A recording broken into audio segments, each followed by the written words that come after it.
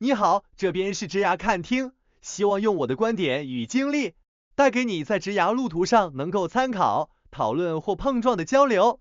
每个想法、看法、建议或批评都没有对错，它是随着每个人的经历、背景、过程与事件当下的认知而产生的主观意识，没有完全的对与错，也不会有完全统一的看法与想法。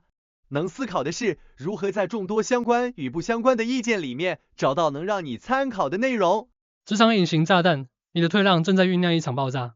在职场中，我们常常听到人一时风平浪静，退一步海阔天空这样的老话，但是真的是这样吗？让我们来看看小芳的故事，也许能给我们一些启发。小芳是一家科技公司的行销专员，工作能力出众，总是能够提出创新的想法。然而，她有个令人困扰的习惯，总是过度退让和妥协。每当遇到意见不合的情况，她总是选择默默接受，即使内心十分不认同。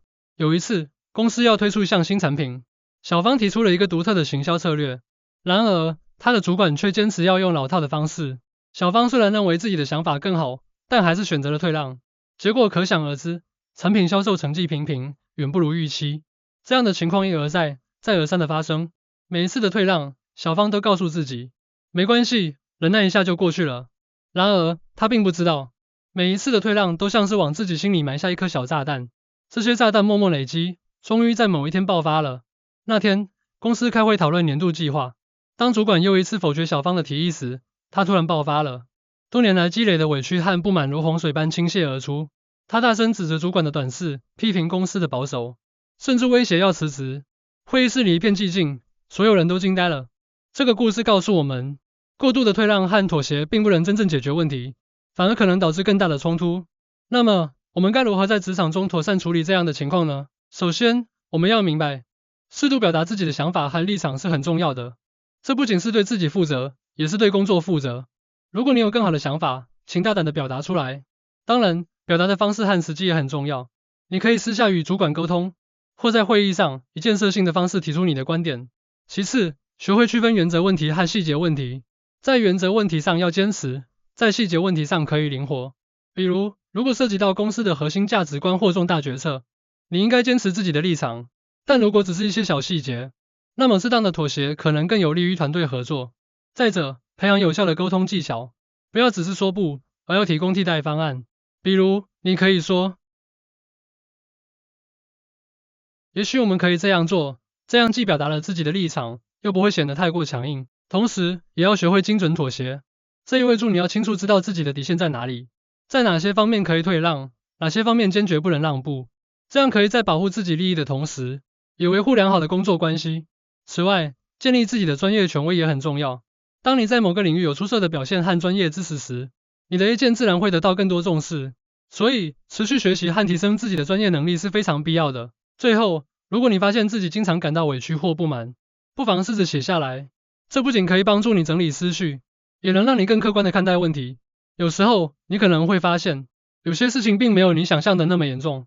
回到小芳的故事，如果她能够及时表达自己的想法，而不是一味的退让，也许就不会有后来的爆发了。在她爆发后，公司意识到了问题的严重性，开始重视员工的意见。小芳也学会了如何更好地表达自己，她的工作满意度明显提高，工作绩效也随之提升。职场如战场，适度的退让和妥协固然重要，但更重要的是要懂得为自己发声。记住，你的想法和意见是有价值的。适时表达自己，不仅能够帮助公司做出更好的决策，也能让你在职场中获得更多的尊重和机会。所以，亲爱的职场伙伴们，下次当你感到委屈或不满时，不要急速退让，深呼吸，整理思绪，然后用适当的方式表达你的想法。